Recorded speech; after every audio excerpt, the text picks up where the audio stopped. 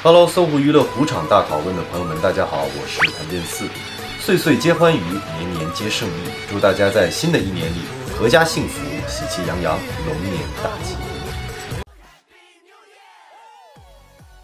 虎场大拷问的朋友们，大家好，我是谭健次。今年是第一次登上央视春晚嘛，想知道你心情如何呢？心情很开心，很兴奋，也很荣幸，从一名几十年的观众变成了演职人员，然后我感到非常的高兴。那他们都是说，就是接到春晚邀约，必须得你过去一年有非常大家喜欢的作品，然后要认可你，然后才会就向你伸出橄榄枝，是真的吗？我想是吧？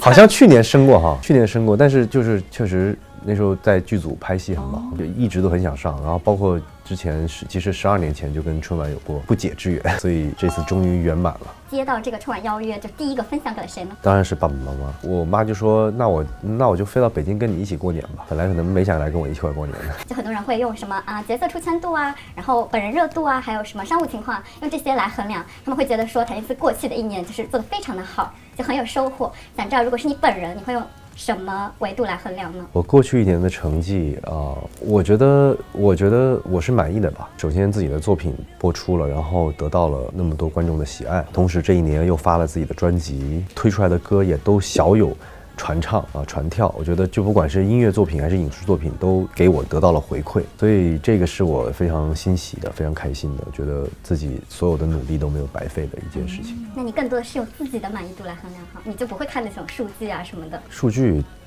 不太会看。那除了《长相思2》哈，我们2024年还能看到谭老师哪些作品呢？2024年，首先最快跟大家看到的应该是电影《被我弄丢的你》，3月8号全国就上映了。搜狐包场看。哎，好，那你说的啊。来路演在包场。来路演在包场。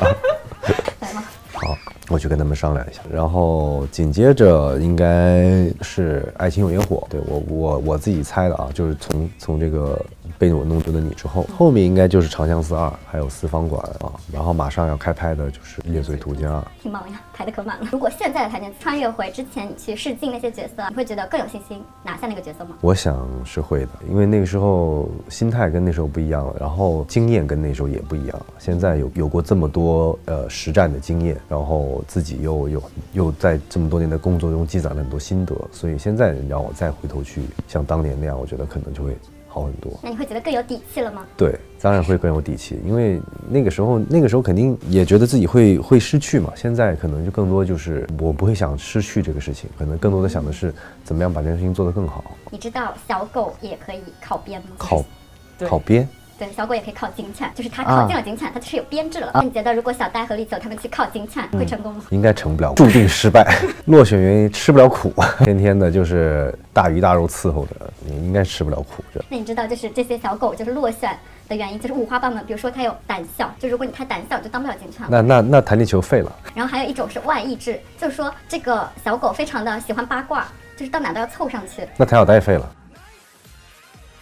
那么武状元是指望不上了，就是文状元能不能发展一下呢？文状元是什么？就是怎么样才算文状元？你带他们看的那些剧本呀，就是有没有信心啊？让他们在学习表演这条路上会不会更远一些？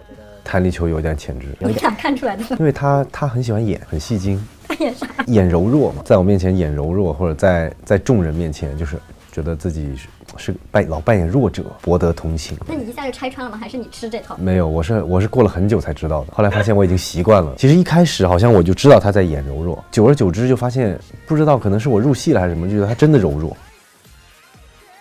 然后老被谭小呆欺负我就更那种同情分就更高了。最后发现又有一点演的成分反正就是这两只狗吧，戏很多那现在很流行那种接好运啊，接暴富啊。如果你来接的话，你想接什么呢？接什么？比如说接谭健次的空降，接猎罪图鉴，边拍边播。这种我不接，该有的过程得有。